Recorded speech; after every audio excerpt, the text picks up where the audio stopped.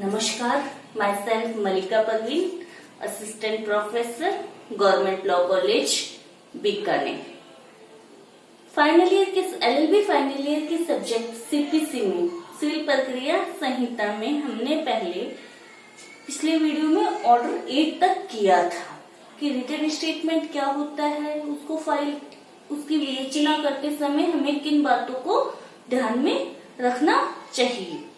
आज हम देखते हैं वाद पत्र भी हो गया, जवाब दावा भी हो गया, समन भी हो गया, सब कुछ हो गया। अब आता है ऑर्डर 9। ऑर्डर 9 ये कह रहा है कि पक्षकारों को किस दिन कोर्ट में हाजिर होना होता है, यानी उपसंजात उनको किस दिन प्रेजेंट होना होता है कोर्ट में, और अगर वो उस दिन एब्सेंट रहते हैं, अनुपसंजात रहते हैं, तो उसका इफेक्ट क्या होगा, उसका परिणाम क्या होगा, ये ऑर्डर 9 बताता है। ठीक है, तो ऑर्डर 9 में टोटल रूल दिए हुए हैं 14 रूल बताए हुए हैं ऑर्डर 9 में। ठीक है, तो स्टार्ट करते हैं ऑर्डर 9। ऑर्डर 9 की सबसे पहले कोई भी ऑर्डर अपन जब पढ़ते हैं तो 51 जो ऑर्डर है उन ऑर्डर की हेडिंग हमें क्रम वाइज याद होनी चाहिए कि ऑर्डर की हेडिंग में ही पता चल जाता है हमें कि इस ऑर्डर में क्या क्या बात कही गई है। जैसे पक्षकार को उपसंजात और अनुपसंजाति के परिणाम, यानी ऑर्डर 9 ये बता रहा है कि पक्षकार को कौन से दिन हाजिर होना है, और अगर वो उस दिन गैर हाजिर रहता है या एब्सेंट रहता है तो इसके क्या इफेक्ट या क्या परिणाम होगा। यानी जो ऑर्डर की हेडिंग होती है वो हमें बता देती है इस ऑर्डर के अंदर क्या बताया हुआ है। ठीक है, तो ऑर्डर 51 टोटल है, उन सब की हेडिंग अपने को याद होनी चाहिए। आरजेएस प्री में कहीं से भी पूछा जा सकता है, हेडिंग अपने को टोटल याद होनी चाहिए। वैसे ही सेक्शन की हेडिंग भी हमें याद होनी चाहिए। अगर एक साथ में कंटिन्यू याद नहीं होती है तो 5-5 करके या 10-10 हेडिंग याद करेंगे और उनको रोज रिवाइज करना है, तो उससे वो सारी याद हो जाएगी। आपको CRPC, IPC 5 जो मेजर एक्ट हैं, कॉन्स्टिट्यूशन, IPC, CRPC, CPC और एविडेंस, इन 5 मेजर एक्ट की हेडिंग याद होनी ही चाहिए, क्योंकि आरजेएस प्री में, मेन में, JLO में, इनमें क्या है ये पूछ ली जाती है, हेडिंग पूछ ली जाती है। जैसे JLO में अभी कई क्वेश्चन ऐसे आए थे जो सेक्शन की हेडिंग बेस्ड थे, तो इसलिए अपने को हेडिंग याद होनी चाहिए। ठीक, ओके, स्टार्ट करते हैं सेक्शन ऑर्डर 9। ऑर्डर 9 ये कह रहा है पक्षकारों की उपसंजाति और उनके अनुपसंजाति के क्या परिणाम होंगे। तो ऑर्डर 9 रूल 1 ये कह रहा है कि पक्षकार उपसंजात होंगे, यानी दोनों पक्षकारों को कोर्ट में कौन से दिन हाजिर होना होता है। रूल 1 ऑर्डर 9 रूल 1 ये कह रहा है कि दोनों पक्षकारों को उस दिन हाजिर होना होगा जिस दिन प्रतिवादी पर समन किया गया था, कि यानी समन में जो तारीख बताई थी कि प्रतिवादी को कौन से दिन हाजिर होना है, समन में तारीख बताई जाती है और कोर्ट का नाम बताया जाता है कि प्रतिवादी को इस दिन हाजिर होना है। तो जिस दिन प्रतिवादी को हाजिर होना है उसी दिन वादी को भी कोर्ट में हाजिर होना होता है। और अगर कार्रवाई किन्हीं कारणों से स्थगित कर दी जाती है और भविष्यवर्ती दिन की तारीख निश्चित की जाती है कि इस दिन आज की कार्रवाई स्थगित की जाती है, आगे इस दिन कार्रवाई होगी, तो भविष्यवर्ती दिन की जो तारीख है वो सूचना पक्षकारों को या उनके प्लीडर्स को देनी होती है, ताकि वो उस दिन भविष्यवर्ती दिन जिस दिन कार्रवाई होनी है उस दिन कोर्ट में हाजिर हो जाए। तो कंक्लूजन क्या निकलता है रूल 1 का? रूल 1 का ये कह रहा है कि दोनों ही पक्षकारों को समन में बताई गई तारीख को ही हाजिर होना होता है।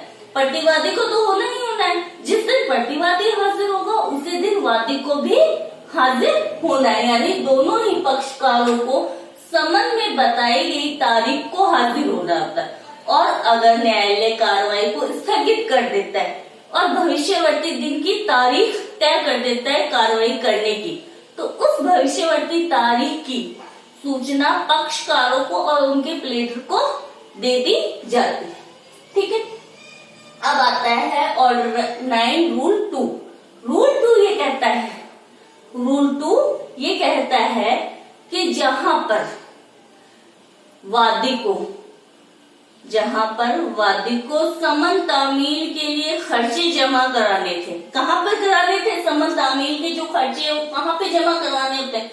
जब वाद सम्यक रूप से संस्थित हो चुका है तो जितने प्रतिवादी हैं उन सब पर समन तामील के लिए खर्चे जमा कहाँ करवाने थे? ऑर्डर 7 रूल 9 7 दिनों में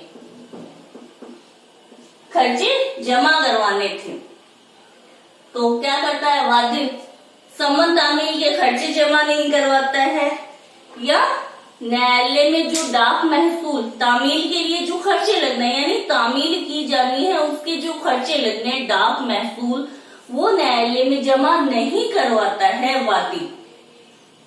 तो वादी का वाद क्या होगा? वादी का वाद खारिज हो जाएगा। वादी का वाद खारिज हो जाएगा। और अगर यहाँ पर समन तामील के खर्चे जमा नहीं करवा पाया वादी और फिर भी प्रतिवादी को सूचना हो गई है कि मेरे विरुद्ध ये वाद संस्थित किया गया है, तो भी वादी का वाद खारिज कर दिया जाएगा, क्योंकि वादी खुद न्यायालय फीस जमा कराने या समन तामील के खर्चे जमा कराने में असफल रहता है। फिर आता है रूल 3 ऑर्डर 9 रूल 3। यहाँ पे क्या हुआ? समन तामील करके खर्चे जमा नहीं कराए तो वादी का वाद क्या हो गया? खारिज हो गया। फिर आता है रूल 3। रूल 3 कहता है, रूल 1 तो कहा दोनों पक्षकारों को हाजिर होना है। अब रूल 3 कहता है कि जिस दिन दोनों को हाजिर होना था उस दिन कोर्ट में ना ही वादी आता है ना ही प्रतिवादी आता है, यानी दोनों ही पक्षकार कोर्ट में हाजिर नहीं होते हैं, तो वादी का वाद क्या हो जाएगा? खारिज हो जाएगा। वाद खारिज हो जाएगा। यहाँ पर भी वाद खारिज हुआ था। और अगर कोई भी पक्षकार नहीं आया, कोर्ट क्या करेगा? फिर सुनवाई ना वादी आया ना ही प्रतिवादी आया, तो कोर्ट क्या करता है? वादी के वाद को खारिज कर देता है। ठीक है, तो रूल 2 और रूल 3 दोनों में ही क्या हो रहा है? वादी का वाद खारिज हो रहा है। अब रूल 4 जो है, रूल 4 ये बता रहा है कि रूल 2 और रूल 3 में जो वाद खारिज हो गया है उसके लिए वादी को क्या उपचार प्राप्त है? वादी का वाद खारिज हो गया, तो अब वादी को क्या उपचार प्राप्त है? तो वादी के पास 2 उपचार प्राप्त है। फर्स्ट, वो उसी वाद हेतु के लिए जिसके लिए वाद खारिज हुआ था, रूल 2 में खारिज हुआ था या रूल 3 में खारिज हुआ था, वहां पर वो उसी वाद हेतु के लिए नया वाद ला सकता है।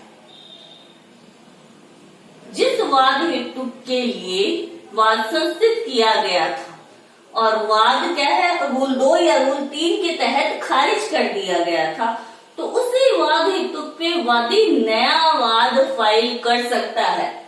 ये तो एक उपचार उसको प्राप्त हुआ।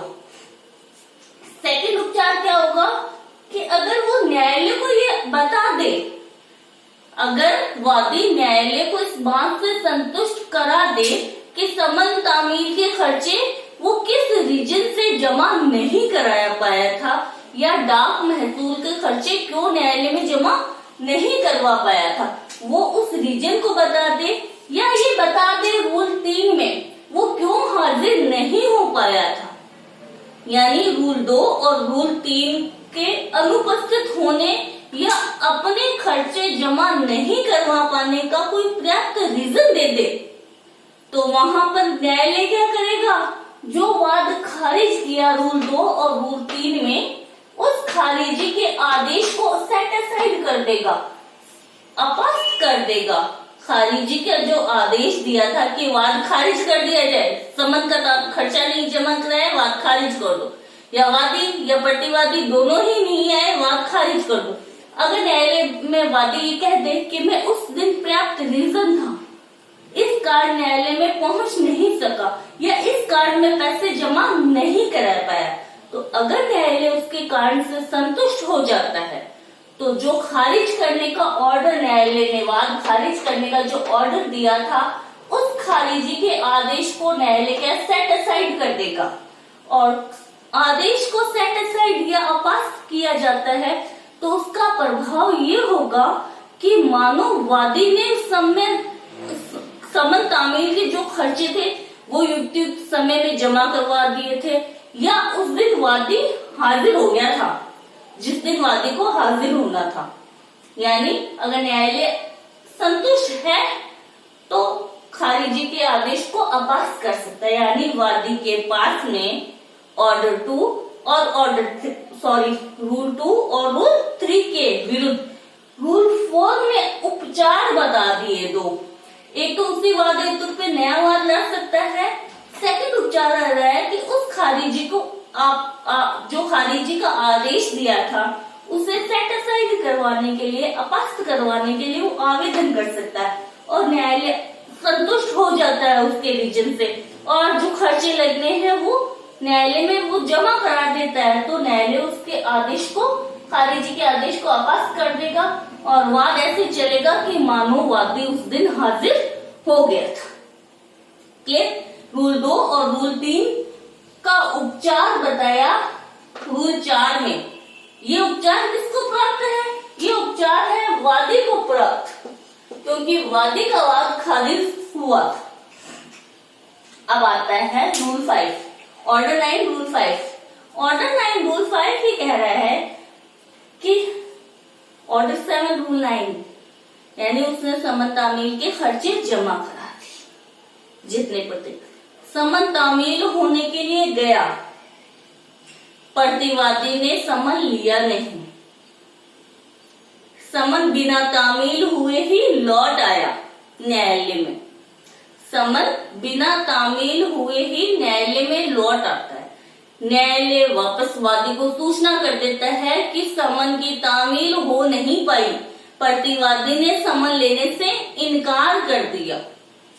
तो फिर क्या होता है? अगला स्टेप ये होता है कि वादी को नया समन जारी करवाने के लिए न्यायालय में आवेदन करना होता है।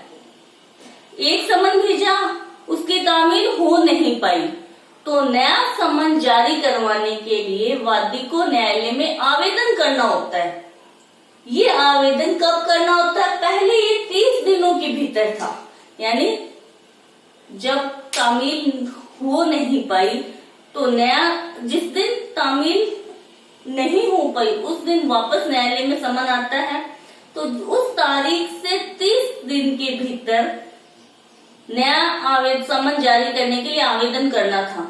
लेकिन इन 30 दिनों को 1999 में अमेंडमेंट करके, संशोधन करके 7 दिन कर दिया। यानी जिस दिन समन वापस आया, बिना तामील हुए समन वापस आया, उस तारीख से 7 दिन के भीतर वादी को नए समन के जारी करने के लिए आवेदन करना होता है।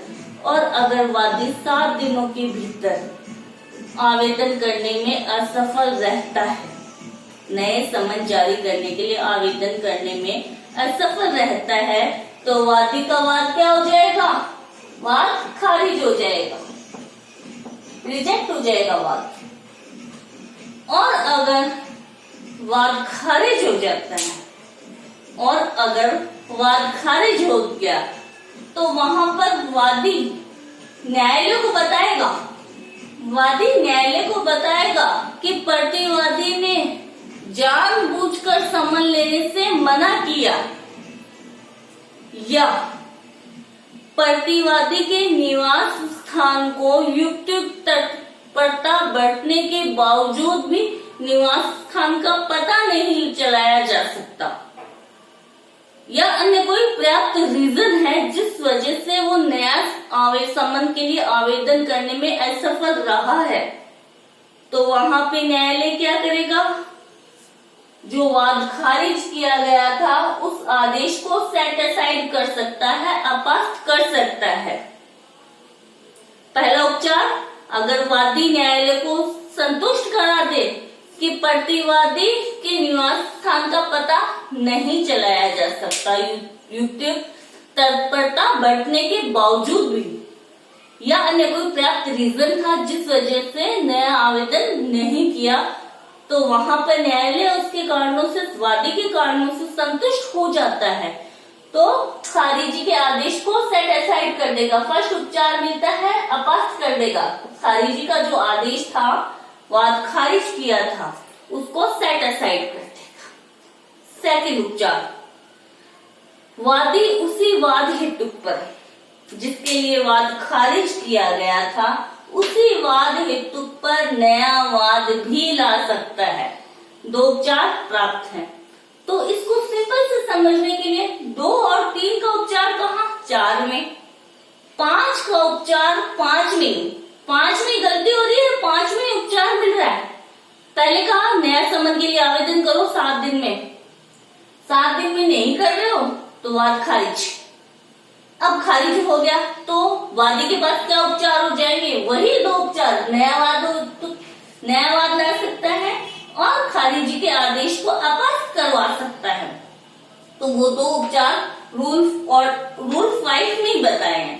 तो रूल 5 में वाद खारिज क्यों किया गया उसका रीजन बताया है, और अगर खारिज कर दिया गया तो उसका उपचार वादी को क्या प्राप्त होगा, वो रूल 5 में ही बताया गया। ठीक है, अब आता है ऑर्डर 9 रूल 6, बहुत ज्यादा इम्पोर्टेंट है। एग्जाम में लगभग ये पूछा जाता है, एक पक्षीय डिक्री। तो इसको अपन आसानी से समझने के लिए इसका क्या करते हैं, ऑर्डर 9 रूल 6 रूल 7 और रूल 13, ये 3 एक साथ पढ़ेंगे और 8 और 9 एक साथ पढ़ेंगे। 8 और 9 यानी रूल 6 ये कह रहा है कि किस दिन हाजिर होना था वादी को और प्रतिवादी को। रूल 1 कह रहा है कि वादी और प्रतिवादी को उसी दिन हाजिर होना था जिस दिन समन में तारीख बताई गई। मान लो उस दिन सिर्फ जिस दिन समन की तामील बताई हुई थी, कोर्ट की जो तारीख थी, उस दिन केवल और केवल वादी ही हाजिर हुआ कोर्ट में, प्रतिवादी हाजिर नहीं हुआ। तो क्यों नहीं हुआ? अब प्रतिवादी के विरुद्ध क्या कार्रवाई की जा सकती है? कोर्ट में जिस दिन वाद की सुनवाई की तारीख थी, उस दिन केवल और केवल वादी हाजिर होता है और प्रतिवादी हाजिर नहीं होता। तो अब न्यायालय प्रतिवादी के विरुद्ध क्या कार्रवाई करेगा और कौन सी कंडीशन में क्या कार्रवाई करेगा, इसको समझने के लिए सिर्फ वादी हाजिर होता है। रूल 6 में सिर्फ और सिर्फ वादी हाजिर हुआ। अब वादी हाजिर हुआ तो प्रतिवादी क्यों हाजिर नहीं हुआ? रीजन है कि जब फर्स्ट क्लोज इसका ये कह रहा है रूल 6 का कि जब समन की तामील सम्यक रूप से कर दी गई थी, यानी प्रतिवादी को सूचना थी किस दिन मुझे कोर्ट में हाजिर होना है, फिर भी वो हाजिर नहीं होता, तो न्यायालय उसके विरुद्ध एक पक्षीय कार्रवाई सुनवाई प्रारंभ कर देगा। यहाँ पे मैंने बोला कि समन की तामील हो गई थी, उसको सूचना थी प्रतिवादी को कोर्ट में मुझे किस दिन हाजिर होना है, फिर भी वो जानबूझ के हाजिर नहीं हुआ, तो न्यायालय उसके विरुद्ध क्या करेगा? एक पक्षीय सुनवाई आरंभ कर देगा। एक पक्षीय सुनवाई आरंभ कर देगा। सुनवाई आरंभ होगी, प्रतिवादी आएगा ही नहीं, तो एक पक्षीय डिक्री आ जाएगी उसके विरुद्ध। ठीक है। सेकंड रीजन कि जब समन की तामील सम्यक ढंग से नहीं हुई, यानी जो प्रतिवादी जिसको कोर्ट में हाजिर होना था उस पर सम्यक ढंग से नहीं, सम्यक तरीके से, उचित तरीके से नहीं हुई या तामील हो ही नहीं पाई। सेकंड पॉइंट ये कह रहा है कि जब सम्यक रूप से नहीं हुई यानी समन की तामील हो ही नहीं पाई तो क्या करेगा न्यायालय? तो न्यायालय प्रतिवादी के नाम नया समन जारी करने का ऑर्डर देगा कि प्रतिवादी की समन की तामील सम्यक रूप से नहीं हो पाई, उसे सूचना ही नहीं हो पाई कि किस दिन मुझे कोर्ट में हाजिर होना है, तो वहां पर न्यायालय क्या करेगा? प्रतिवादी के नाम नया समन जारी करेगा। थर्ड क्लोज कि जब समन की तामील युक्त समय में हुई नहीं, यानी समन की तामील तो हुई पर वो समय युक्त समय में तामील नहीं, यानी क्या है? प्रतिवादी को कोर्ट में हाजिर होने के लिए युक्त समय ही नहीं मिला। मान लो सुबह 9 बजे कोर्ट में प्रतिवादी को हाजिर होना है और उसी दिन सुबह 8:15 पर उस पर तामील होती है कि आपको बीकानेर कोर्ट में हाजिर होना है, तो जो 45 मिनट मिल रहे हैं वो समय युक्त नहीं है उसको कोर्ट में पहुंचने के लिए, यानी समन की तामील तो हुई पर युक्त समय में नहीं हुई ताकि वो कोर्ट में हाजिर हो सके। तो वहां पर प्रतिवादी न्यायालय को अवगत करा देता है कि तामील तो हुई थी मेरे पे पर युक्त समय में नहीं हुई, तो न्यायालय क्या करेगा? कार्रवाई को स्थगित कर देगा, कार्रवाई को एक बार स्थगित कर देगा और भविष्यवर्ती दिन की सुनवाई का तारीख तय कर देगा कि आगे इस दिन ये सुनवाई होनी है। तो जिस दिन भविष्यवर्ती तारीख तय की जाती है सुनवाई के लिए, उसकी सूचना पक्षकारों को और उनके प्लीडर्स को उपलब्ध करवा दी जाती है, पक्षकारों को और उनके प्लीडर्स को उपलब्ध करवा दी जाती है। परंतु इसमें एक परंतु भी दिया हुआ है कि परंतु अगर प्रतिवादी पर समन की तामील युक्त समय में वादी की डिफॉल्ट के कारण, वादी की गलती के कारण या वादी की ऐसी कोई गलती हो गई थी जिसके कारण प्रतिवादी पे समन युक्त समय में नहीं हुआ था या समन की तामील हो ही नहीं पाई थी, तो जो नया समन भेजा जा रहा है, सेकंड पॉइंट में जो नया समन जारी किया जा रहा है या कार्रवाई जो स्थगित की जा रही है थर्ड पॉइंट में, उसका जो भी खर्चा लगेगा वादी की व्यतिक्रम के कारण यानी वादी की गलती के कारण हो रही है ये कार्रवाई स्थगित, तो जो कार्रवाई स्थगित करने या नया समन जारी का जो भी खर्चा लगेगा वो खर्चा भुगतना पड़ेगा। ठीक है, ये याद तक था 3 कि एक पक्षीय सुनवाई स्टार्ट हो जाएगी अगर तामील हुई है, तामील नहीं हुई है तो नया समन, और तामील हुई पर युक्त समय में नहीं हुई तो कार्रवाई स्थगित की जाएगी और भविष्यवर्ती दिन की सूचना पक्षकारों उनके प्लेडर को उपलब्ध करवा दी जाएगी। रूल 7 ये कह रहा है कि जिस दिन कार्रवाई स्थगित की, कहाँ पे की थी कि यहाँ पर कार्रवाई स्थगित की थी, कार्रवाई स्थगित हो गई और उस स्थगित दिन की भविष्यवर्ती दिन की सूचना पक्षकारों को उपलब्ध करवा दी गई थी।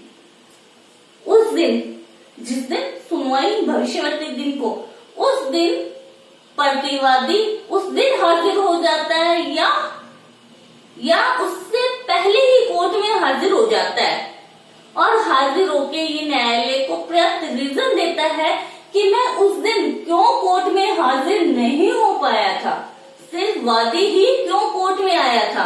प्रतिवादी के पास ऐसा पर्याप्त रीजन है कि वो इस कारण न्यायालय में हाजिर नहीं हो पाया था, तो न्यायालय अगर उसके कारणों से संतुष्ट होता है तो न्यायालय क्या करेगा? एक पक्षीय सुनवाई को स्थगित करेगा कि जो एक पक्षीय सुनवाई उसके विरुद्ध कंटिन्यू चालू थी, वहां पर एक पक्षीय सुनवाई का जो आदेश दिया था उसको रोकेगा, उसको अपास्त करेगा और वाद की कार्रवाई ऐसे चालू रहेगी कि मानो प्रतिवादी उस दिन ही हाजिर हो गया था जिस दिन उसको कोर्ट में हाजिर होना था।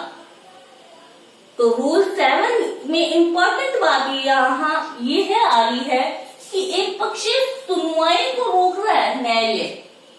अगर न्यायालय प्रतिवादी के कारणों से संतुष्ट होता है तो एक पक्षीय सुनवाई को स्थगित कर रहा है। सुनवाई करने का जो आदेश न्यायालय ने दिया था उसको सेट असाइड कर रहा है और माना जाएगा। फिर अगर सेट असाइड हो गया, एक पक्षीय सुनवाई जो हो रही थी उसका जो आदेश दिया था वो सेट असाइड अपास हो गया, तो इसका प्रभाव ये होगा कि मानो प्रतिवादी उसी दिन हाजिर हो गया था जिस दिन उसको समन में बताई गई तारीख थी या जिस दिन उसको कोर्ट में हाजिर होना था।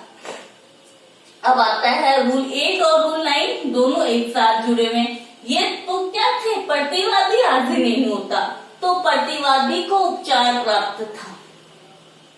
अब आता है जब केवल प्रतिवादी कोर्ट में हाजिर हो।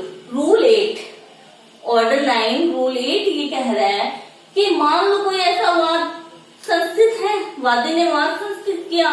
अब कोर्ट में क्या है, वादी और प्रतिवादी दोनों को किस दिन हाजिर होना है, जो रूल 1 में बताएंगे, यानी जिस दिन समन में समय बताया है उस दिन हाजिर हो।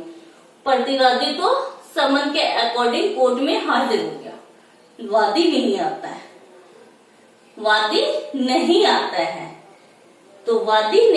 रहा है तो न्यायालय क्या करेगा, अब वादी के विरुद्ध न्यायालय कार्रवाई करेगा। इसमें 2 पॉइंट आते हैं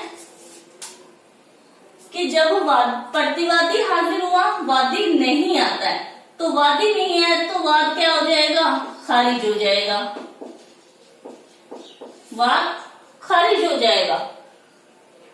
और सेकंड आता है, न्यायालय क्या करता है कि वादी नहीं आया लेकिन प्रतिवादी कोर्ट में हाजिर था और उसने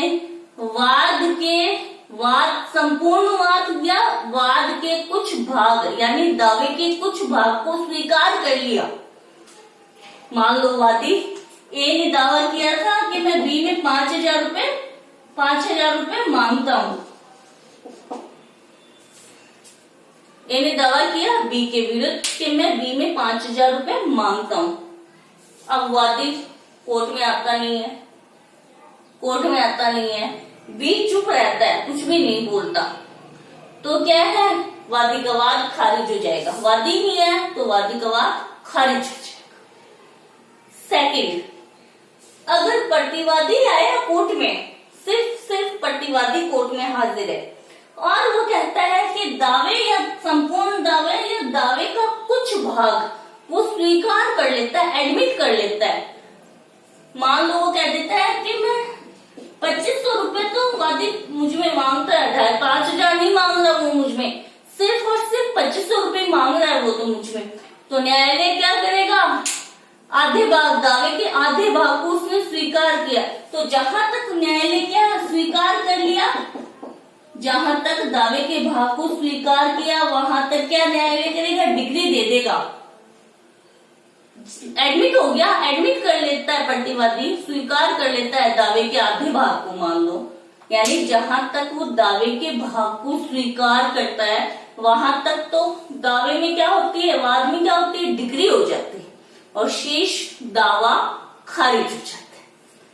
तो इस रूल 8 में हमें ये मिल रहा है कि प्रतिवादी को कोर्ट में अगर सिर्फ और सिर्फ प्रतिवादी हाजिर हो रहा है तो उसने कोर्ट में आके चुप रहना चाहिए। वादी नहीं आ रहा, वादी खुद गलती कर रहा है, उसका वाद खारिज हो जाएगा। और प्रतिवादी आके तपाक से जवाब दे देता है कि मुझे दावा, संपूर्ण दावा या दावे का ये भाग मुझे स्वीकार है, तो जहां तक वो स्वीकार करेगा उतने तक उसके विरुद्ध डिग्री पारित कर दी जाएगी और शेष दावा खारिज कर दिया जाएगा। ठीक है। अब आता है रूल 9। रूल 9 ये कह रहा है, रूल 8 और रूल 9, 8 दोनों जुड़े हुए। 8 में वादी नहीं है तो वादी का वाद खारिज हो गया। रूल 9, रूल 9 कह रहा है कि जहां वादी की व्यतिक्रम के कारण यानी वादी की गलती के कारण कोई वाद खारिज किया जाता है तो खारिज किए गए वाद हेतु के यानी जिसके कॉज ऑफ एक्शन के लिए वो वाद खारिज किया गया था उस कॉज ऑफ एक्शन के लिए या उस वाद हेतु के लिए वादी नया वाद नहीं ला सकता। यानी दोबारा वादी वही वाद लाता रहेगा तो न्यायालय में वादों का अंबार लग जाएगा, यानी अतिरिक्त वाद का वर्जन करता है ये। तो इससे जुड़े हुए कुछ ऑर्डर रूल सेक्शन भी हैं। तो सबसे पहले सेक्शन 12 कह रहा है अतिरिक्त वाद का वर्जन, यानी जो दावा है वो एक ही दावे में समाहित कर लो। वैसे ही इसको याद करना, ऑर्डर 2 रूल 2 9 22 9 23 1 1 ये जो ऑर्डर रूल हैं ये बताते हैं अतिरिक्त वाद का वर्जन, कि एक बार न्यायालय ने सुन लिया तो दोबारा उसी वाद कॉज ऑफ एक्शन पर नया वाद नहीं लाने दिया जाएगा। अतिरिक्त वाद का वर्जन करते हैं ये, ठीक है। तो अब रूल 10 और 11 दोनों एक ही जैसे हैं। रूल 10 कह रहा है कि कई वादी थे और अगर उनमें से कोई एक वादी हाजिर हो, एक से अधिक वादी हाजिर हो जाता है तो माना जाएगा सारे वादी हाजिर हैं और वाद आगे कंटिन्यू जारी रहेगा। और ऐसे ही अगर कई प्रतिवादी हैं तो सबका एट प्रेजेंट न्यायालय में उपस्थित रहना आवश्यक नहीं है। अगर उनमें से कोई एक प्रतिवादी या अधिक प्रतिवादी एक या अधिक हाजिर हो जाते हैं माना जाता है सारे प्रतिवादी हाजिर हैं और कार्रवाई कंटिन्यू जारी रहती है। 10 और 11 रूल एक जैसे हैं। अब आता है रूल 12। रूल 12 कह रहा है कि जहां न्यायालय ने वादी और प्रतिवादी को स्वयं उपसंजात होने का ऑर्डर दिया है कि आप अपने प्लेडर या अभिकर्ता के माध्यम से हाजिर नहीं होना है, आपको व्यक्तिगत रूप से स्वयं उपसंजात होना है, कोर्ट में उपस्थित होना है। जब न्यायालय ने व्यक्तिगत उपसंजाति का ऑर्डर दिया है तो वादी और प्रतिवादी को स्वयं उपसंजात होना होगा और अगर वो नहीं होते हैं तो उनके विरुद्ध कार्रवाई की जा सकती है। क्या होगी? मान लो वादी को ऑर्डर दिया कि आप व्यक्तिगत रूप से उपसंजात हो, व्यक्तिगत रूप से उपसंजात हो, तो वादी नहीं आया तो क्या होगा? वादी का वाद खारिज हो जाएगा।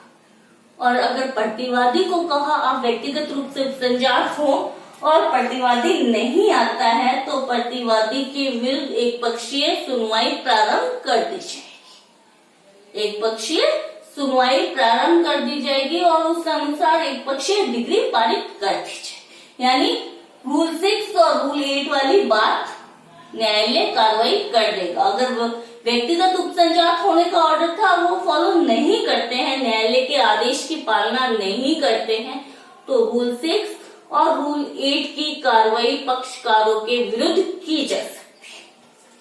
रूल 13 इम्पोर्टेंट है। रूल 13 रूल 6 के साथ में जुड़ा हुआ है। रूल 6 क्या है? रूल 6 ये था कि प्रतिवादी आता नहीं है तो उसके विरुद्ध एक पक्षीय सुनवाई की जाती है और एक पक्षीय डिग्री पारित कर दी जाती है। अब एक पक्षीय डिग्री आ गई प्रतिवादी के विरुद्ध, रूल 6 में एक पक्षीय डिग्री आ गई फर्स्ट पॉइंट में, ठीक है। अब एक पक्षीय डिग्री आ गई तो प्रतिवादी के पास में क्या उपचार क्या प्राप्त है? तो रूल 13 ये कह रहा है कि प्रतिवादी कोर्ट में हाजिर होता है और हाजिर होके जो एक पक्षीय डिग्री आई है, एक पक्षीय डिग्री बोल रही हूं मैं, एक पक्षीय डिग्री को अपास्त करने के लिए, सेट असाइड करने के लिए न्यायालय में आवेदन करता है। न्यायालय में आवेदन करता है कि एक पक्षीय जो डिग्री आ गई है मेरे विरुद्ध, इसको अपास्त सेट असाइड की जाए। रीजन बताता है कि या तो मेरे पे समन की तामील नहीं हो पाई थी या ऐसा कोई पर्याप्त हेतु था जिस कारण मैं न्यायालय में कोर्ट में हाजिर नहीं हो पाया, और न्यायालय अगर उसके कारणों से संतुष्ट होता है और जो खर्चे लगे हैं एक पक्षीय डिग्री को पारित करने में, वो खर्चे वो जमा करा देता है प्रतिवादी, तो न्यायालय एक पक्षीय डिग्री का जो ऑर्डर आया था, आदेश दिया था, उसको सेट असाइड अपास्त कर सकता है। यानी एक पक्षीय डिग्री को अपास्त कर रहा है न्यायालय। एक पक्षीय कार्रवाई तो कहाँ थी, रूल 7 में, और एक पक्षीय डिग्री को अपास्त करने के लिए आवेदन करता है रूल 13 में। न्यायालय संतुष्ट होता है तो अपास्त कर सकता है। अब उसको आवेदन कितने दिनों में करना है? जैसे एक पक्षीय डिग्री आई, डिग्री आने की तारीख से 30 दिन के भीतर एक पक्षीय डिग्री को अपास्त करने के लिए उसे आवेदन करना होता है। एक पक्षीय डिग्री आने की तारीख से 30 दिन के भीतर एक पक्षीय डिग्री को अपास्त करवाने के लिए उसे प्रतिवादी को न्यायालय में आवेदन करना होता है। ये तो एक उपचार प्राप्त था प्रतिवादी को। एक पक्षीय डिग्री आ गई तो उसको क्या उपचार प्राप्त था? ऑर्डर 9 रूल 13 में कि वो उस एक पक्षीय डिग्री को अपास्त सेट असाइड करने के लिए आवेदन करे। फर्स्ट उपचार ये प्राप्त था, यानी ये वाला फर्स्ट उपचार ऑर्डर 9 रूल 13 में अपास्त करने के लिए आवेदन करेगा। सेकंड उपचार आता है अगर वो अपील भी कर सकता है। एक पक्षीय डिग्री आ गई प्रतिवादी के विरुद्ध, तो एक पक्षीय डिग्री की अपील होती है। सेक्शन 96 के सब क्लॉज 2 में बताया है एक पक्षीय डिग्री के विरुद्ध अपील की जा सकती है। ये सेकंड उपचार था प्रतिवादी के पास। थर्ड उपचार आता है रिव्यू, यानी वो न्यायालय में आवेदन कर सकता है रिव्यू करवाने या पुनरावलोकन के लिए न्यायालय में आवेदन कर सकता है। सेक्शन 114 ऑर्डर 47 रूल 1 के तहत वो न्यायालय में रिव्यू के लिए आवेदन कर सकता है। यानी प्रतिवादी के पास में एक पक्षीय डिग्री आने पर 3 उपचार या बचाव प्राप्त रहते हैं। फर्स्ट ऑर्डर 9 रूल 13, यानी एक पक्षीय डिग्री को अपास्त करने के लिए वो आवेदन कर सकता है। सेकंड उपचार वो इसके विरुद्ध अपील कर सकता है सेक्शन 96 के सब क्लॉज 2 में। थर्ड उपचार वो रिव्यू के लिए आवेदन कर सकता है। रिव्यू, एक पक्षीय डिग्री आई है उसका रिव्यू करवाना चाह रहा है सेक्शन 114 में और ऑर्डर 47 के रूल 1 में वो रिव्यू करवा सकता है। अब एक इम्पोर्टेंट बात, ये पक्षीय डिग्री का पूछा ही जाता है, लगभग एलएलबी के एग्जाम्स में पूछा जाता है, साथ में जो कॉम्पिटिटिव एग्जाम होते हैं आरजेएस मेंस में भी कई बार पूछा जा चुका है।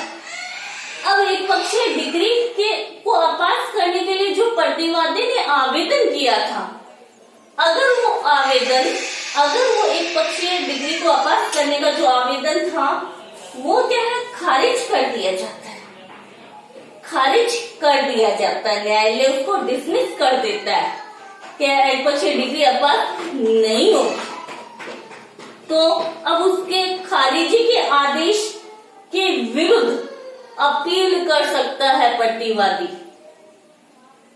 क्या कर सकता है? एक पक्षीय डिग्री के खिलाफ नहीं कर रहा ये अपील, एक पक्षीय डिग्री के खिलाफ तो कहां करेगा? सेक्शन 96 का सब क्लॉज 2 में। अब कह रहा है ये कि ऑर्डर 9 रूल 13 में जो उसने आवेदन किया था एक पक्षीय डिग्री को अपास्त करवाने के लिए, अगर वो आवेदन न्यायालय खारिज कर देता है, डिसमिस कर देता है, खारिज करने का जो ऑर्डर दिया, तो उस ऑर्डर के विरुद्ध प्रतिवादी अपील कर सकता है। कहां पर है ये? कुछ ऑर्डर्स ऐसे हैं जिनके विरुद्ध अपील की जा सकती है। ऑर्डर 43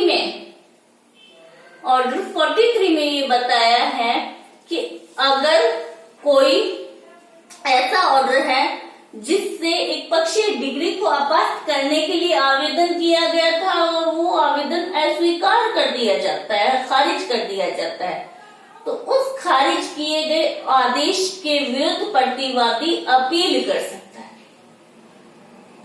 सेकंड कंडीशन आती है कि एक पक्षीय डिग्री को अपास्त करने के लिए आवेदन प्रतिवादी ने किया और न्यायालय ने उस आवेदन को स्वीकार किया और उस आवेदन के अनुसार एक पक्षीय डिग्री को क्या है, अपास्त भी कर दिया। एक पक्षीय डिग्री को अपास्त भी कर दिया न्यायालय ने। एक पक्षीय डिग्री अपास्त हो गई तो अब लॉस किसका हुआ? डिग्री अपास्त हुई एक पक्षीय तो लॉस वादी का हुआ। अब ये जो एक पक्षीय डिग्री अपास्त होने का जो ऑर्डर आया है, इसके विरुद्ध वादी को अपील करने का कोई अधिकार प्राप्त नहीं है। यानी प्रतिवादी तो अपील कर सकता है, अगर आवेदन स्वीकार नहीं किया जाता है तो प्रतिवादी अपील कर सकता है, और अगर आवेदन स्वीकार कर लिया, एक पक्षीय डिग्री को अपास्त कर दिया, तो वादी इसके विरुद्ध अपील नहीं कर सकता है। ठीक है, इसमें आता है एक ऑर्डर 9 रूल 14।